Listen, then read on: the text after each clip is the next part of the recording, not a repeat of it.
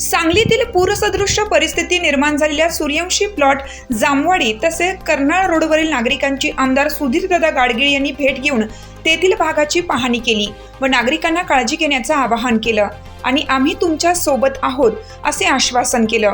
यावेळी अतिरिक्त आयुक्त रविकांत अडसुळे, पोलीस उपविभागीय अधिकारी अण्णासाहेब जाधव, पोलीस निरीक्षक संजय मोरे, माजी स्थायी सभापती धीरज सूर्यवंशी, इम्रान शेख आदी महानगरपालिकेचे अधिकारी तसेच परिसरातील नागरिक उपस्थित होते।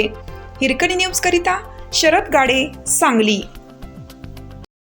चालू घडामोडींचे अपडेट्स जाणून घेण्यासाठी आपल्या हिरकणी न्यूज चॅनलला सबस्क्राईब जरूर करा, लाईक करा, कमेंट करा आणि शेअर करा।